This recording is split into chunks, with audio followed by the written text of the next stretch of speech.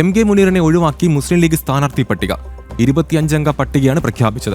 PK Kunhalikutty മലപ്പുറത്ത് മത്സരിക്കും. വിവരങ്ങളുമായി ശിവദാസ് കന്മനം ചേരുന്നു. ശിവദാസ്, ഇപ്പോൾ പുറത്തുവരുന്ന വാർത്തയനുസരിച്ച് MK മുനീറിനെ ഒഴിവാക്കിക്കൊണ്ടാണ് മുസ്ലിം ലീഗ് സ്ഥാനാർത്ഥി പട്ടിക പ്രഖ്യാപിച്ചിരിക്കുന്നത്. ലീഗിനെ സംബന്ധിച്ച്, മലബാറിലെ രാഷ്ട്രീയം സംബന്ധിച്ച് MK മുനീറിനെ മാറ്റി നിർത്തുന്നത് ഒരു തിരിച്ചടിയാകുമെന്ന ഒരു വിലയിരുത്തലുണ്ട്. നിലവിൽ ഇത്തരത്തിലൊരു തീരുമാനത്തിലേക്ക് എത്താനുള്ള കാരണം എന്താണ്? MK മുനീർ ലീഗിന്റെ ഒരു പ്രധാന മുഖം തന്നെയാണ്. കഴിഞ്ഞ കുറെ പതിറ്റാണ്ടുകളായി MK മുനീർ രാഷ്ട്രീയ രംഗത്തുണ്ട്.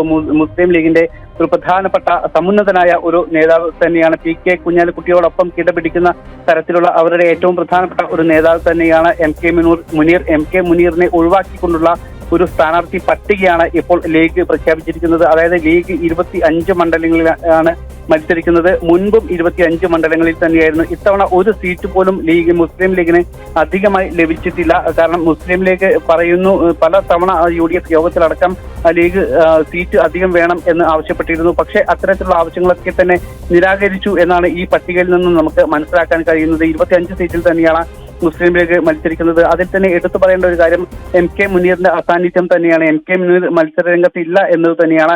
പാണക്കാട് സാദിഖ് അലി ശിഹാബ് തങ്ങളാണ് അവരുടെ സംസ്ഥാന അധ്യക്ഷൻ കൂടിയായ തങ്ങൾ. അദ്ദേഹം അല്പസമയം മുൻപാണ് ഈ ഒരു സ്ഥാനാർത്ഥി പട്ടിക പ്രഖ്യാപിച്ചിരിക്കുന്നത്. അതിൽ MK മുനീറിന്റെ പേരില്ല എന്നത് വളരെ ശ്രദ്ധേയമായ കാര്യം തന്നെയാണ്.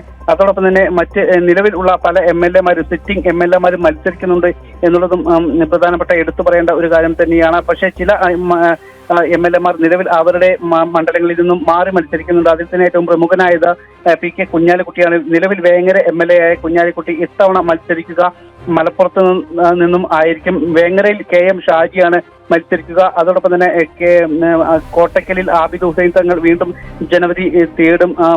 മങ്കടയിൽ മഞ്ഞളാംകുഴി അലി തന്നെ ജനവിധി തേടും. TV ഇബ്രാഹിം കൊണ്ടോട്ടിയിൽ മത്സരിക്കും. ഇങ്ങനെ നിരവധി MLA-മാർ നജീബ് കാന്തപുരം പെരിന്തൽമണ്ണയിൽ മത്സരിക്കും. അങ്ങനെ നിരവധി MLA-മാർ നിലവിലുള്ള സിറ്റിംഗ് സീറ്റിൽ തന്നെ മത്സരിക്കുന്നുണ്ട്. അതോടൊപ്പം തന്നെ MK മുനീറിന്റെ സാന്നിധ്യം, അതോടൊപ്പം തന്നെ KPA മജീദ്, അവരുടെ മുൻ സംസ്ഥാന ജനറൽ സെക്രട്ടറി ആയിരുന്നു KPA മജീദ്. KPA മജീദിനെയും ഒഴിവാക്കിയിട്ടുണ്ട് എന്നുള്ളത് ശ്രദ്ധേയമായ ഒരു കാര്യമാണ്.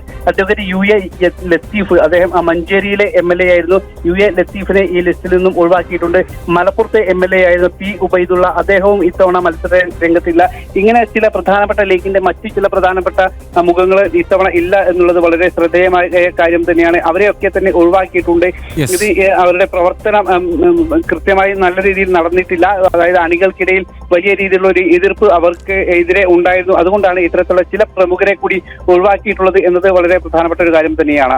അമൽ, MK മുനീറിനെ ഒഴിവാക്കിക്കൊണ്ടാണ് മുസ്ലിം ലീഗിന്റെ സ്ഥാനാർത്ഥി പട്ടിക പുറത്തു വന്നിരിക്കുന്നത്. 25-അംഗ സ്ഥാനാർത്ഥി പട്ടികയാണ് പ്രഖ്യാപിച്ചത്. വിവരം നൽകുകയായിരുന്നു ശിവദാസ് കന്മനം.